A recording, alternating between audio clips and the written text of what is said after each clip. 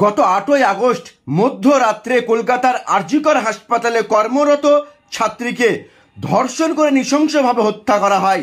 এই ঘটনার প্রতিবাদে এসইউসিআই কমিউনিস্ট দলের পক্ষ থেকে সারা বাংলায় প্রতিবাদ দিবসের ডাক দেওয়া হয়। এরই অঙ্গ হিসাবে আজ পলাশী বাজারে পলাশী আঞ্চলিক কমিটির পক্ষ থেকে প্রতিবাদ দিবস পালন করা হয়।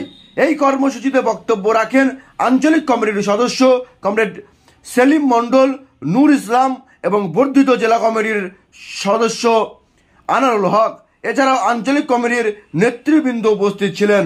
এই সভায় কি বললেন শুনুন। ঘটনা ঘটছে, তার বিরুদ্ধে আপনারা সোচ্চার হন, এগিয়ে আসুন, প্রতিবাদে সামিল হন।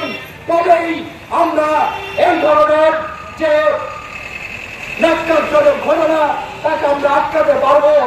আজকে এসইউসিআই দলের পক্ষ থেকে যে ধিক্কার দিবসের ডাক দেওয়া হয়েছিল পশ্চিম বাংলার সমস্ত জায়গায়, সেই ধিক্কার দিবস আজকে পালিত হচ্ছে। আমরা পলাশীতেও, পলাশী মানুষদের কাছেও এই কথা বলে আমি আমার বক্তব্য শেষ করব। আপনারা এই ঘটনার প্রতিবাদে এগিয়ে আসুন।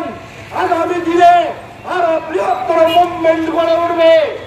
এই কৃষকদের নিয়ে, তাদের দাবি দেওয়া নিয়ে দিল্লিতে এসইউসিআই কৃষক সংগঠনের নেতৃত্বে লক্ষ লক্ষ মানুষের র্যালি আছে আগামী 23শে সেপ্টেম্বর। লক্ষ লক্ষ মানুষের মিছিল দিল্লির রাজপথ কাঁপিয়ে দেবে এসইউসিআই দলের নেতৃত্বে।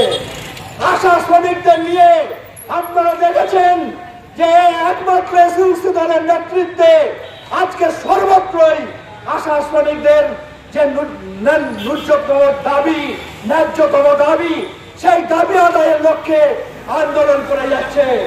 টোটো চালকদের যে সমস্যা, আজকে টোটো চালকদের আমরা দেখেছি এই হাই রোডে উঠতে দেবে না।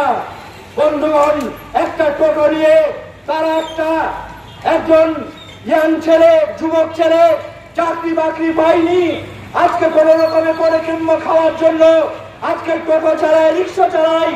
সেই রিক্সাতেও আগামী দিনে এই রাস্তায় উঠতে দেবে না, টোটোতেও উঠতে দেবেই না। ফলে এর বিরুদ্ধে আপনারা প্রতিবাদ করুন, এর বিরুদ্ধে আন্দোলনে এগিয়ে আসুন। তবেই সম্ভব। এসইউসির যত শক্তি বৃদ্ধি হবে, আপনাদের শক্তি বৃদ্ধি হবে। এসইউসির যত শক্তি বৃদ্ধি হবে, আপনাদের দাবি আদায় হবে। এসইউসির যত শক্তি বৃদ্ধি হবে, আপনাদের পরিবার তত সুরক্ষিত থাকবে। আর এই সমস্ত রাজনৈতিক দলগুলোকে যত আপনারা বাড়াবেন, যত আপনারা শক্তিশালী করবেন, তত আপনার সারের দাম বাড়বে, তত আপনার ওষুধের দাম বাড়বে, তত চিকিৎসার সুযোগ কমবে, তত শিক্ষার সুযোগ কমবে।